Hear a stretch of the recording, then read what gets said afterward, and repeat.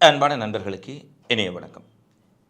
அமெரிக்காவினுடைய கோரிக்கைகளை Israel நிராகரித்திருக்கின்றார்கள். America Iran இடையே ஒப்பந்தம் ஏற்பட்டாலும் மீண்டும் இஸ்ரேல் ஈரான் இடையிலான ஒரு யுத்தம் ஏற்பட்டு விடுமா என்ற அச்சம் ஏற்படும் வகையில் அறிவிப்புகள் வெளியாக இருக்கின்றன. ரஷ்யா மீது பொருளாதார தடைகளை விதிக்கும் அமெரிக்காவின் முடிவுக்கு சீனா மற்றும் பல்வேறுபட்ட நாடுகள் தங்களுடைய எதிர்ப்பை வெளியிட்டிருக்கின்றார்கள். இஸ்ரேல் ஒரு தாக்குதல் ஈரான் மீது வளைந்து நடத்தினால் என்ன பதிலடி கொடுக்கப்படும் என்பதை ஈரான் தெளிவாக வெளியிட்டுள்ளார்கள். இது சார்ந்து வெளியாக இருக்கக்கூடிய மிக முக்கியமான பிந்திய சம்பவங்களை இந்த காணொளியில் பார்க்கலாம். அமெரிக்க அதிபர் டொனால்ட் ட்ரம்ப் காசாவில் ஒரு போர் நிறுத்த உடன்படிக்கை மேற்கொள்ளப்பட்ட போது ஒரு 15 அம்ச கோரிக்கைகள் உள்ளடக்கிய ஒரு காசா அமைதி ஒப்பந்தத்தை வெளியிட்டிருந்தார். அது ஏற்கனவே பார்வையிட்டிருக்கக்கூடிய நண்பர்களுக்கு தெரியும். இந்த அமைதி ஒப்பந்தத்தில் காசாவில் இருக்கக்கூடிய ஆயுத இயக்கங்கள் ஹமாஸ், இஸ்லாமிக் ஜிகாத், பாலஸ்தீன விடுதலை இயக்கங்கள் தங்களுடைய ஆயுதங்களை கைவிடுவது, அதற்கு ஏற்றாற்போல் இஸ்ரேலிய இராணுவம் காசாவில் இருந்து முழுமையாக வெளியேறுவது என்பது மிக முக்கியமான சரத்துக்களாக காணப்பட்டன. இந்த நிலையில்தான் பாலஸ்தீன விடுதலை இயக்கங்கள் தாங்கள் ஆயுதங்களை ஒப்படைப்பதற்கு அல்லது கீழே வைப்பதற்கு தயாராக இருப்பதாகவும் அதற்கு பதிலாக இஸ்ரேல் ஆக்கிரமிப்பு படைகள் காசாவிலிருந்து முற்றாக வெளியேற வேண்டும் என்று ஒரு கோரிக்கையை முன்வைத்திருந்தார்கள். இந்த நிலையில்தான் ஹமாஸினுடைய கோரிக்கையை அடுத்து இஸ்ரேல் ஆக்கிரமிப்பு படைகள் வெளியேற வேண்டும், ஹமாஸ் ஆயுதங்களை கீழே வைப்பார்கள் என்று எதிர்பார்க்கப்பட்ட சூழ்நிலையில் தேர்தலை மையப்படுத்தி அரசியல் செய்து கொண்டிருக்கக்கூடிய அல்லது தேர்தலை மையப்படுத்தி யுத்தம் செய்து கொண்டிருக்கும் நெதன்யாகுவும் அவரது கூட்டத்தினரும் இதற்கு சம்மதிக்க மாட்டார்கள் என்பதை மீண்டும் மீண்டும் தெளிவுபடுத்தி இருந்தோம். ஏனெனில் நெதன்யாகுவினுடைய இந்த அரசியல் உயிர்வாழ்வு இந்த யுத்தத்தின் மூலமே நடந்து கொண்டிருக்கின்றது. அதற்காகத்தான் இந்த மிக மோசமான ஒரு போருக்குள் மீண்டும் மீண்டும் பிராந்தியத்தை நெதன்யாகு இழுத்து செல்வதை பார்வையிட்டு வருகின்றோம். இந்த நிலையில்தான் அமெரிக்க அதிபர் டொனால்ட் ட்ரம்பின் 15 அம்ச காசா அமைதி திட்டத்தையும் காசாவிலிருந்து இஸ்ரேல் ஆக்கிரமிப்பு படைகள் விலக்கிக் கொள்ளும் முன்மொழிவையும் தாங்கள் நிராகரித்திருப்பதாக நெதன்யாகு அறிவித்துள்ளமை இஸ்ரேல் அமெரிக்காவிடையே ஏற்பட்டுள்ள விரிசலை தெளிவாக காட்டுகின்றது. எவ்வளவுதான் இஸ்ரேலுக்கு ஆதரவாக அமெரிக்கா காய்களை நகர்த்தினாலும், எவ்வளவுதான் ஆயுதங்களையும் மற்றும் நிதியையும் அள்ளி கொடுத்தாலும் கூட இஸ்ரேல் என்பது தன்னுடைய நலன்களுக்காக, பிராந்திய நலன்களுக்காக, மற்றவருடைய நிலன்களை ஆக்கிரமிப்பதற்காக செய்யக்கூடிய நடவடிக்கைகளை நிறுத்தப் போவதில்லை என்பதை ஏற்கனவே தெரிவித்திருந்தோம். தற்போது அமெரிக்காவின் கோரிக்கைகளையும் இஸ்ரேல் நிராகரித்திருக்கின்றார்கள். ஆனால் ஹமாஸ் இயக்கமும் ஏனைய இயக்கங்களும் இஸ்ரேல் ஆக்கிரமிப்பு படைகள் காசாவிலிருந்து வெளியேறினால் தாங்கள் ஆயுதங்களை ஒப்படைப்போம் என்பதில் தெளிவாக இருப்போம் என்ற அறிவிப்பை தற்போது வெளியிட்டிருக்கின்றார்கள். எனவே இஸ்ரேலின் உடைய நடவடிக்கைகள் தான் காசா முதல் லெபனான் வரை, ஈரான் வரை இந்த போர் நீட்டிப்பதற்கும், பிராந்தியம் மிகப்பெரிய பிராந்தியம் என்பது கிடையாது, உலகம் மிகப்பெரிய சிக்கலை சந்திப்பதற்கும் காரணமாக அமைந்திருப்பதை நாங்கள் தெளிவாக பார்க்கக்கூடியதாக இருக்கின்றது. இந்த சூழ்நிலையில் காசாவில் நிலைமை இவ்வாறு இருக்க, ஈரான் விவகாரம் தொடர்பாகவும் நேற்று முன்தினம் நெதன்யாகு ஒரு கருத்தை வெளியிட்டிருந்தார்.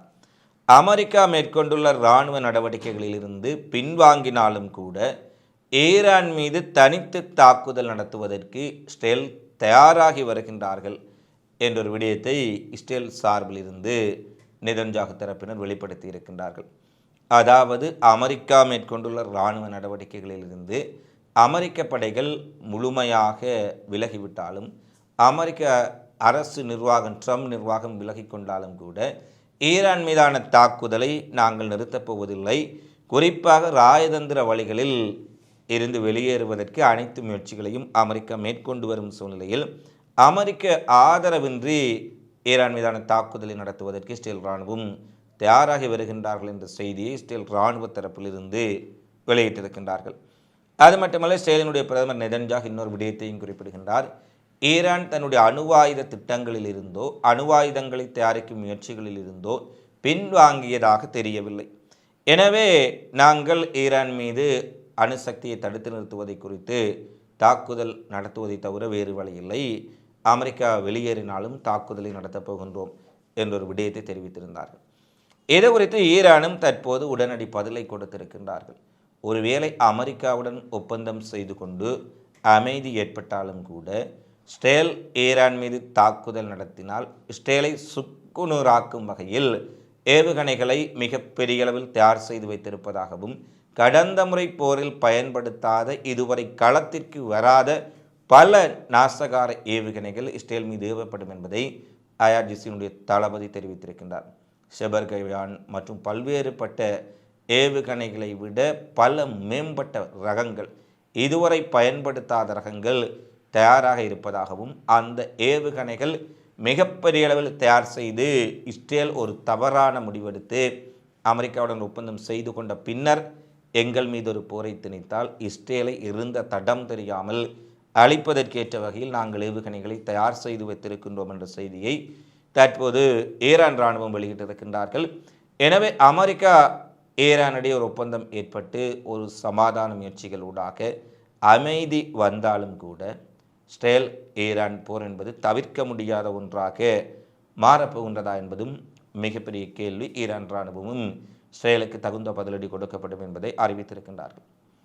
கவுதி படைகள் நேற்றைய தினம் ஏமனில் உள்ள அல் முக்கா துறைமுகம் மீது பாலிஸ்டிக் ஏவுகணைகள் மற்றும் ஆளில்லா ட்ரோன்கள் மூலம் மிகப்பெரிய அளவிலான தாக்குதலை நடத்தியிருக்கின்றார்கள்.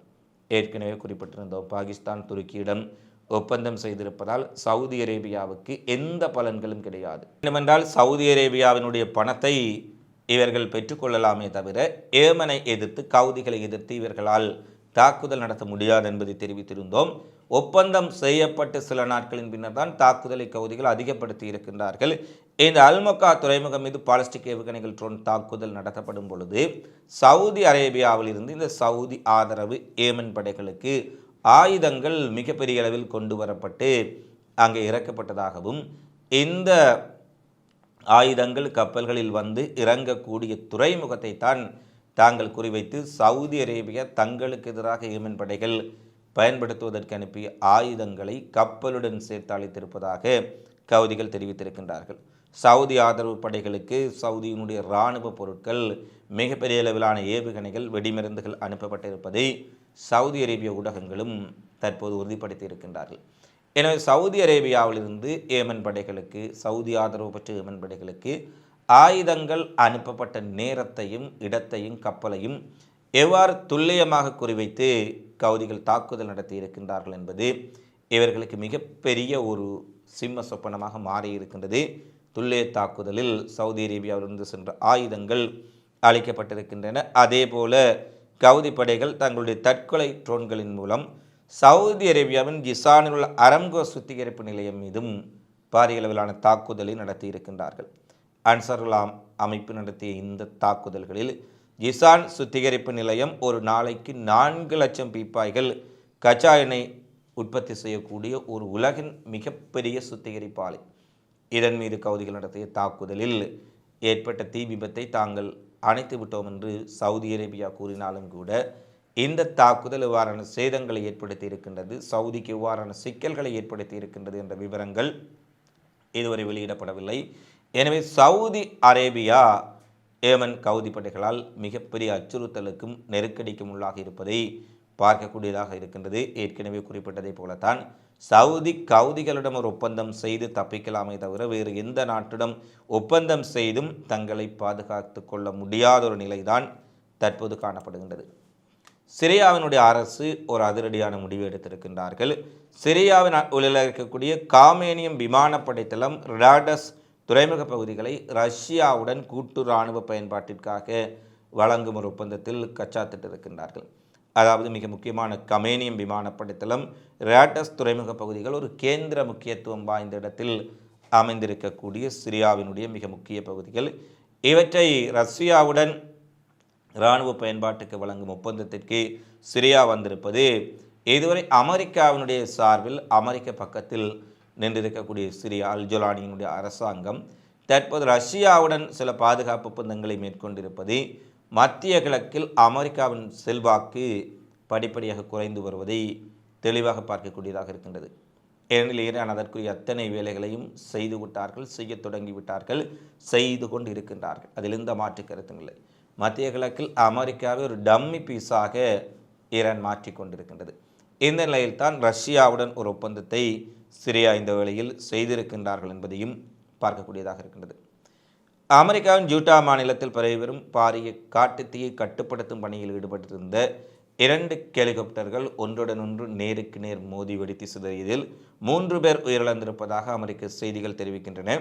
அமெரிக்க வன சேவை திணைக்களத்தின் ஒப்பந்தத்தின் கீழ் இயக்கப்பட்ட 2 ஹெலிகாப்டரை காட்டுத்தீகளை அணைக்கும் பணியில் ஈடுபட்ட போது மிகப்பெரிய அளவில் மோதி ஒரு விபத்தில் சிக்கியிருக்கின்றன. விபத்தில் சிக்கிய உடனேயே 2 ஹெலிகாப்டர்களும் வெடித்து சிதறியதில் 3 பேர் கொல்லப்பட்டிருக்கின்றார்கள் என்ற செய்தி வெளியாக இருக்கின்றது.